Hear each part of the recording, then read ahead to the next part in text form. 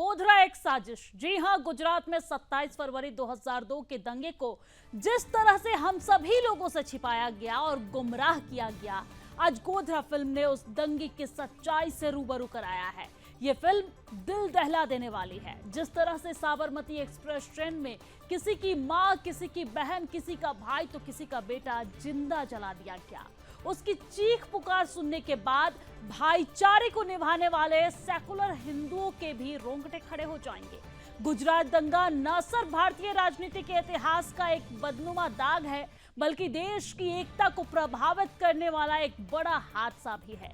22 साल पहले 27 फरवरी 2002 को गुजरात के गोधरा में 59 लोगों की आग में जलकर मौत हो गई थी। ये सभी कार सेवक थे जो अयोध्या से लौट रहे थे। सभी सनातनियों को ये फिल्म जरूर देखनी चाहिए। आपको बता दें कि गोधरा सभी सनातनियों को जरूर देखनी चाहिए और परिवार के हर एक सदस्य को दिखानी भी चाहिए। गोधरा फिल्म को परिवार सहित और सभी सनातनियों के साथ सुदर्शन न्यूज के प्रधान संपादक डॉक्टर सुरेश चौहान के जी भी देखने पहुंचे। कार सेवक जय श्री राम। गोधरा फिल्म जो अभी हमने देखी, उसके डायरेक्टर हमारे साथ हैं, जिन्होंने रिसर्चर की भूमिका भी इसमें की है। उसकी अभिनेत्री हमारे साथ है, पुरोहित उसके प्रोड्यूसर हैं, और राजू जी, हाँ, आप एग्जीक्यूटिव प्रोड्यूसर हमारे साथ हैं। हाँ, देखिए, बहुत गंभीर मुद्दा है और ये बड़ा दुर्भाग्य का विषय है कि हमारे 59 कार सेवकों के मृत्यु के, बल्कि उनको मारे जाने की घटना का इतने वर्षों बाद भी सही उत्तर अगर किसी ने दिया है तो इस फिल्म ने दिया है। और ये हिंदुओं का दुर्भाग्य ही है कि अपने विषय का न्याय मांगने के लिए हमेशा पीछे रहते हैं, आगे नहीं आते हैं। इतने वर्षों में गोधरा पर किसी ने हिम्मत से भाषण करने का भी साहस नहीं दिखाया। ऐसे में इन्होंने फिल्म दिखाने का साहस किया, इसके लिए इनका अभिनंदन है। 5 वर्ष लगे इनको ये फिल्म बनाने में, लेकिन 5 शहरों में भी पूरे दिन भर के सारे शो नहीं चल पाए। किसी भी घटना को विरोध करने के 2 तरीके होते हैं। एक तरीका होता है कि खुला आमने सामने विरोध किया जाए, और दूसरा तरीका होता है कि इग्नोरेंस का वेपन यूज किया जाए। इस फिल्म के प्रति जानबूझकर कहीं कोई सोशल मीडिया पोस्ट भी कार सेवकों को जलाने वाले या उन जलाने वालों के समर्थकों ने नहीं किया है। परिणाम यह रहा कि इस फिल्म की चर्चा नहीं हुई। इनके पास बनाने के लिए ठीक से जितना बजट था उसमें तो बहुत अच्छी फिल्म बनी है, लेकिन प्रमोशन के लिए नहीं था तो प्रमोशन नहीं हुआ। स्वाभाविकता फिल्म 400 जगह पर लगी, लेकिन आज 50 जगह पर केवल चल रही है। और इसके साथ वही हुआ जो हिंदुओं के फिल्मों के साथ होता है। नोएडा में इसका शो का टाइम पता है क्या है? सुबह 9 बजे, सिर्फ एक है। इतने मल्टीप्लेक्स है लेकिन एक शो है, और वो भी सुबह 9 बजे है। झारखंड में रात को 1:30 बजे है। ऐसी जगह कोई जाएगा देखने? तो एक तो प्रचार नहीं, ऊपर से ये सारा विषय है। तो ऐसे में जब मुझे ये पता चला तो मैंने इनके साथ एक जनसंवाद किया, और मैंने कहा कि फिल्म देखेंगे तो वो आग शायद हम में और अधिक लगेगी, और हमको थोड़ी फिल्म की क्वालिटी और बाकी चीजें भी पता चलेगी। और इसलिए आज आप सबके साथ मैंने भी पहली बार फिल्म देखी है, और मुझे ऐसा लगता है कि सभी बलिदानी कार सेवकों को श्रद्धांजलि केवल एक ही तरीके से अभी दी जा सकती है, और वो है कि हर हिंदू को ये फिल्म दिखाना। और इसलिए अब टेक्निकल चीजें हैं कि फिल्म दोबारा पर्दों पर कितनी जगह आएगी, कैसे आएगी, लेकिन वो अपडेट तो सुदर्शन से हम देंगे ही। लेकिन प्रयास ये करना चाहिए कि आप ग्रुप बुकिंग करिए। एक नंबर भी आप लोगों को स्क्रीन पे सुदर्शन के चल रहा है, या सब लोग सुदर्शन के थ्रू आए इसलिए सबके पास नंबर भी है। अगर ग्रुप बुकिंग होती है तो एक ग्रुप पूरा थिएटर बुक करे, एक साथ आए, देखे। ऐसा किया जा सकता है। मेरे साथ जिला गौतम बुद्ध नगर के प्रचारक भी है संघ के। कहाँ हैं? आइए। तो पूरी टीम संघ की भी यहाँ पर आई हुई है और ये भी ये प्रयास करेंगे कि स्पेशल शो अरेंज किए जाए। तो कार सेवकों को समर्पित ये फिल्म हर हिंदुओं को देखना चाहिए, हर सनातनियों को देखना चाहिए और न सिर्फ देखना चाहिए बल्कि अपने दोस्त और अपने परिवार के हर एक सदस्य को दिखाना चाहिए। हमने भी कल ये फिल्म देखी स्क्रीनिंग के दौरान और आपने देखा कि किस तरीके से यहाँ पर सनातनी जो है उनमें आक्रोश भी देखने को मिल रहा है। इस फिल्म में सच्चाई को दर्शाया गया है और इसलिए हम आपसे बार बार अपील कर रहे हैं कि इस फिल्म को आप सभी को जरूर देखना चाहिए और अपने परिवार के हर एक सदस्य को दिखाना भी चाहिए। इस फिल्म की स्क्रीनिंग के दौरान सुदर्शन न्यूज के प्रधान संपादक डॉक्टर सुरेश चौहान के जी भी वहां पर मौजूद थे। उन्होंने भी अपने पूरे परिवार के साथ ये फिल्म देखी और लोगों से संवाद भी किया। संवाद को हमने सुनवाया भी कि किस तरीके से वो यहाँ पर बातचीत करते नजर आए। चलिए अब आगे बढ़ते हैं। दिल्ली कोचिंग हादसे के मामले पर हाई कोर्ट में आज सुनवाई हुई है। इस बीच हाई कोर्ट ने दिल्ली सरकार और एमसीडी को जमकर फटकार लगाई। कोर्ट ने पूछा है कि आपके पास नाले और नालियों की साफ सफाई का कोई प्लान है? आखिर ऐसी घटना क्यों हुई? दिल्ली सरकार के वकील ने घटना से पहले की परिस्थितियों के बारे में बताया। साथ ही साथ कहा कि निरीक्षण की फाइलें तुरंत अधिकारी को भेज दी गई। दिल्ली हाई कोर्ट ने कहा कि इस मामले की जांच कौन इन्वेस्टिगेशन अधिकारी कर रहा है, ये चौंकाने वाली जांच है। आखिर इतना पानी कैसे आया? दिल्ली सरकार से हाई कोर्ट ने कहा कि आपके अधिकारी दिवालिया हैं, आपके पास वेतन देने के लिए पैसे नहीं हैं। आप दिल्ली का इंफ्रास्ट्रक्चर कैसे अपग्रेड करेंगे? आप तो फ्रीवी कल्चर चाहते हैं। हाई कोर्ट ने कहा कि हम इस मामले में जिम्मेदारी तय करने के लिए आदेश पारित करेंगे। यह ढांचागत खामी है और उसे किसी वैधानिक तंत्र के पास जाना चाहिए। बहुत सारे अधिकारी काम कर रहे हैं। दुर्भाग्य से विपरीत उद्देश्यों के लिए बहुत सारा आरोप प्रत्यारोप चल रहा है। दिल्ली के पूरे प्रशासनिक ढांचे की दोबारा जांच की जरूरत है। आपको बता दें कि केस में अगली सुनवाई शुक्रवार को होगी, यानी कि इस पूरे मामले की जो अगली सुनवाई है वो अब शुक्रवार को होगी। तो दिल्ली हाई कोर्ट ने कोचिंग हादसे में सुनवाई की और सुनवाई के दौरान कोर्ट ने सरकार और एमसीडी को जमकर फटकार लगाई और हाई कोर्ट के द्वारा इस दौरान कहा गया कि आखिर ऐसी घटना क्यों हुई, आखिर इतना पानी कैसे आया और केस में अब अगली सुनवाई जो है मामले की वो शुक्रवार को होगी।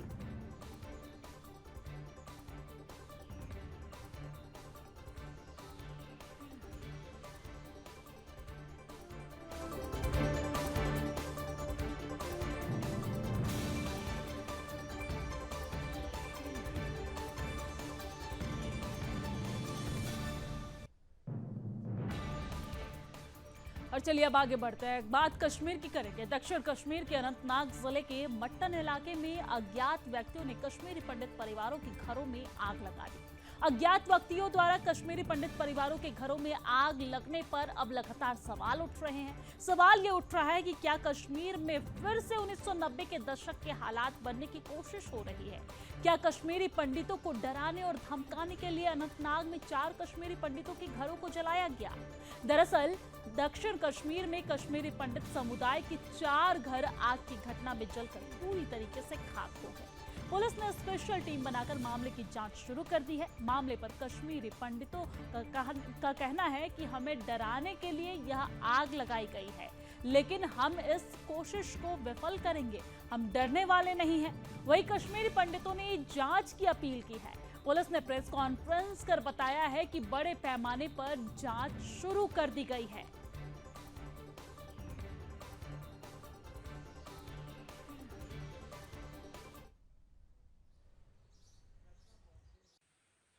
दो कम्युनिटी के बीच में एक दरार पहले ही पैदा हो चुकी थी, उसमें और बढ़ाने की कोशिश की। मैं आज उन लोगों से पूछना चाहता हूं कि ये जो दरारें पैदा कर रहे हैं उन लोगों को मिलता क्या है? क्या कश्मीरी पंडित को कश्मीर में रहने का हक नहीं है? नंबर 1। नंबर 2, आज की डेट में मैं जितने भी एरियाज़ में मिला, सभी लोग बोलते भाई कश्मीरी पंडित वापस आओ, कश्मीरी पंडित वापस आओ। ये जो कुछ अनासिर है जो बीच में जहर बोल रहे हैं, उन अनासिरों से हमें खबरदार रहना है। और जो हमारा भाईचारा कश्मीरी पंडित और मुस्लिम कम्युनिटी का जो भाईचारा है, आप यहाँ देख सकते हैं, यहाँ एक मुसलमान का भी घर है जिसको भी नुकसान पहुँचा है, लेकिन जो अनासिर है जो इस भाईचारे को नुकसान पहुंचाना चाहते हैं, उन अनासिरों से मैं ये पूछना चाहता हूं उनको मिलता क्या है, वो किसके एजेंट है, वो किसके यहाँ पे काम कर रहे हैं। अगर वो मटन का रहने वाला है, अगर वो पिछले 35 साल से यहाँ मटन में कश्मीरी पंडित भी रह रहे हैं, आज क्या वजूहत हो गई, आज क्या हालात उसके ऊपर भी पैदा हो गई कि यहाँ पे उसने इन मकानों को आग लगाई है, क्या वजूहत है इस चीज़ की। क्योंकि आज एक प्रोसेस चल रही है कश्मीरी पंडित को वापस लाने के लिए। कश्मीरी पंडित भी जद्दोजहद करें कि हम अपने घर में वापस आ जाएं, कश्मीरी मुसलमान भी जद्दोजहद कर रहे हैं कि हम कश्मीरी पंडितों को वापस लाएं। तो उस प्रोसेस को डिरेल करने के लिए अगर ये कुछ जो बदतर अनासिर है, अगर इसमें ये कुछ अपना फ़ायदा ढूंढ रहे हैं, तो मैं पुलिस प्रशासन से, मैं डिस्ट्रिक्ट एडमिनिस्ट्रेशन से, मैं LG एडमिनिस्ट्रेशन से, मैं गवर्नमेंट ऑफ इंडिया से आज ये पुरजोर मांग करता हूँ कि उन जो अनासिर है उनको निकालिए और उनको जेलों में डाल दीजिए। क्योंकि आपने इतने अभी सख्त कानून बनाए हैं, किस लिए बनाए हैं? पिछले 35 सालों में आज तक जितने भी ये अनासिर थे, किसी भी एक को भी आज तक पनिशमेंट नहीं मिली है। नतीजा ये निकला उनके हौसले बुलंद हो रहे हैं और वो अपने काम पे अपने काम को अंजाम दे रहे हैं। पिछले 35 साल में आज तक किसी भी दहशतगर्द को बिठा कर आने सामने बोलता मैंने 20 को मारा, क्या हुआ उसको? आज तक उसको फांसी की सज़ा नहीं मिली। जो लोग मतलब गन उठाए रखे थे, आज उनको ज़बरदस्त की सिक्योरिटी मिली हुई है, तो इसका मतलब उनका हौसला बुलंद है। तो कश्मीर के हालात कैसे सुधरेंगे, कैसे सुधारोगे आप कश्मीर के हालात? कोशिश नहीं, उसको मतलब पुरजोर कोशिश की जा रही है कि हिंदू मुस्लिम सिख इत्तेहाद यहाँ का जो सूफी रिवायत है उसको इन्होंने जख्मी कर दिया, तार तार कर दिया। कुछ लोगों ने जिनके घर भरे, जिन्होंने अपने घर भरने हैं, उसकी वजह से उन्होंने उस भाईचारे को तार तार कर दिया। यहाँ पे मैं आज इस जो इन्होंने कायराना हरकत की है इसकी मैं पुरजोर मजम्मत करता हूं। और गवर्नमेंट ऑफ इंडिया से बताया कि 28 और 29 जो है कि दरमियानी रात को एक फायर इंसिडेंट का रिपोर्ट हुआ पुलिस स्टेशन मटन में। ये फायर इंसिडेंट जो है वो एक कश्मीरी पंडित के घर से स्टार्ट हो गया, जिसका श्री आनंद जी राजदान के घर से स्टार्ट हुआ। रिपोर्ट मिलते ही SHO mutton along with the police party जो है वो स्पॉट पे पहुंचे और फायर ब्रिगेड को लाया गया और तकरीबन 1.5 घंटे के अरसे में इस फायर को पे काबू पा लिया गया और उसको डोज किया गया। जहाँ तक फायर का इंसिडेंट है, उसके बाद उसमें कुछ एडजस्टेंट जो साथ में जो घर थे, जिसमें शादीलाल राजदान का, श्यामलाल पटवार का जो घर है उसमें भी डैमेज हुआ और एक कुठार जिसमें जो है ग्रेन स्टोर होते हैं वो भी उसमें डैमेज हुआ उस फायर के इंसिडेंट में। इसी खबर पर ज्यादा जानकारी के साथ हमारे साथ जम्मू से हमारे संवाददाता रोहिल बशीर हमारे साथ जुड़ गए हैं। रोहिल, क्या कश्मीरी पंडित को एक बार फिर से डराने की कोशिश या फिर कोई और साजिश? वजह क्या, घटना कैसे घटी, क्या कुछ कार्रवाई की गई, मामले पर क्या है विस्तार से जानकारी बताइए।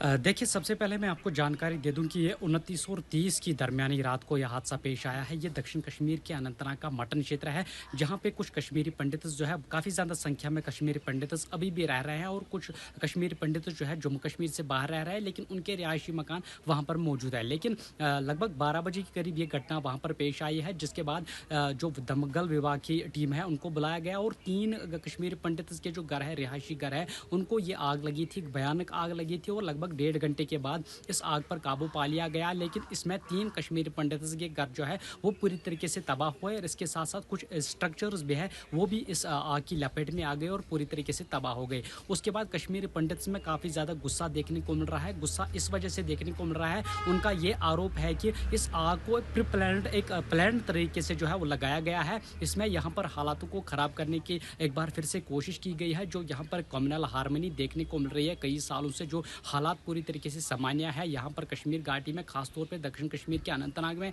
इन हालातों को एक बार फिर से खराब करने की कोशिश की जा रही है और इस वजह से इस आग को वहाँ पर लगा दिया गया है। हालांकि उनकी ये मांग है कि इसमें बहुत बड़ी इन्वेस्टिगेशन की टीम जो है वो बिठाई जाए, ताकि इसमें पूरी तरीके से दूध का दूध और पानी का पानी हो जाए कि क्या इसमें कोई व्यक्ति मुलव्वस है या कोई और मुलव्वस है। लेकिन कश्मीरी पंडित में इस वक्त काफ़ी ज़्यादा गुस्सा देखने को मिल रहा है और इस खबर के बाद जो है काफ़ी ज़्यादा गुस्सा जो है इन कश्मीरी पंडित में हर किसी जगह पर देश के अलग अलग इलाकों में देखने को मिल रहा है। लेकिन अगर पुलिस की बात करें तो पुलिस का ये मानना है कि इसमें एक बहुत बड़ी इन्वेस्टिगेशन की टीम जो है वो बिठाई गई है, जिसकी क़यादत एक वरिष्ठ पुलिस अधिकारी जो है वो करेंगे। और उन्होंने कहा कि सीसीटीवी फुटेज भी इस वक्त खंगाली जा रही है और उसमें भी पूरी तरीके से जांच पड़ताल की जा रही है और साथ ही साथ जो एफएसएल की टीम है उनको भी स्पॉट पर भेज दिया गया है और उन्होंने पूरी तरीके से वहाँ पर जांच जो है वो शुरू कर दी है। लेकिन इस हादसे के बाद जो है कश्मीरी पंडित को एक बार फिर से वो 1990 का दशक जो है वो याद आ रहा है, जिसमें कश्मीरी पंडित के घरों में काफ़ी ज़्यादा आग लगाई दी गई थी और उसके बाद कश्मीरी पंडितों को कश्मीर से भागने पर मजबूर किया था।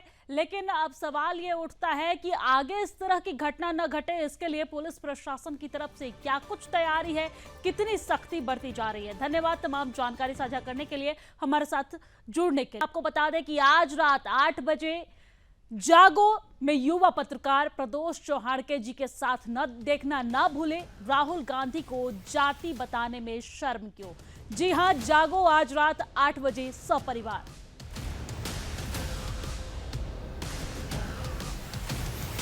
चलिए आगे बढ़ते हुए बात बिहार की करेंगे।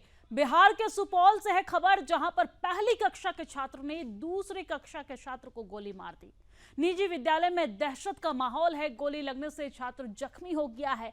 आपको बता दें कि सुपौल के त्रिवेणीगंज के एक निजी विद्यालय में एसटी जॉइंट बोर्डिंग स्कूल में पहली कक्षा के छात्र ने तीसरी कक्षा में पढ़ रहे एक 12 साल के छात्र के ऊपर गोली चला दी। गनीमत ये रही कि गोली छात्र के हाथ में लगी और आनन फानन में जख्मी छात्र को इलाज के लिए अनुमंडलीय अस्पताल त्रिवेणीगंज में भर्ती कराया गया, जहां पर उसे हायर सेंटर रेफर कर दिया गया है। इधर घटना के बाद गोली चलाने वाला छात्र सहित स्कूल प्रशासन फरार बताया जा रहा है। हालांकि घटना की सूचना पाकर पुलिस मामले पर पहुंची और पुलिस पूरे मामले की जांच कर रही है।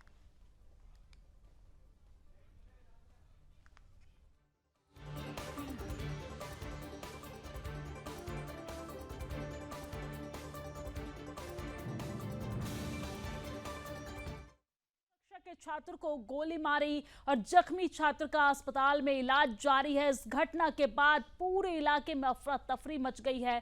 पूरे इलाके में जो एक माहौल है वो गर्म देखने को मिल रहा है। परिजनों का रो रो कर बुरा हाल है।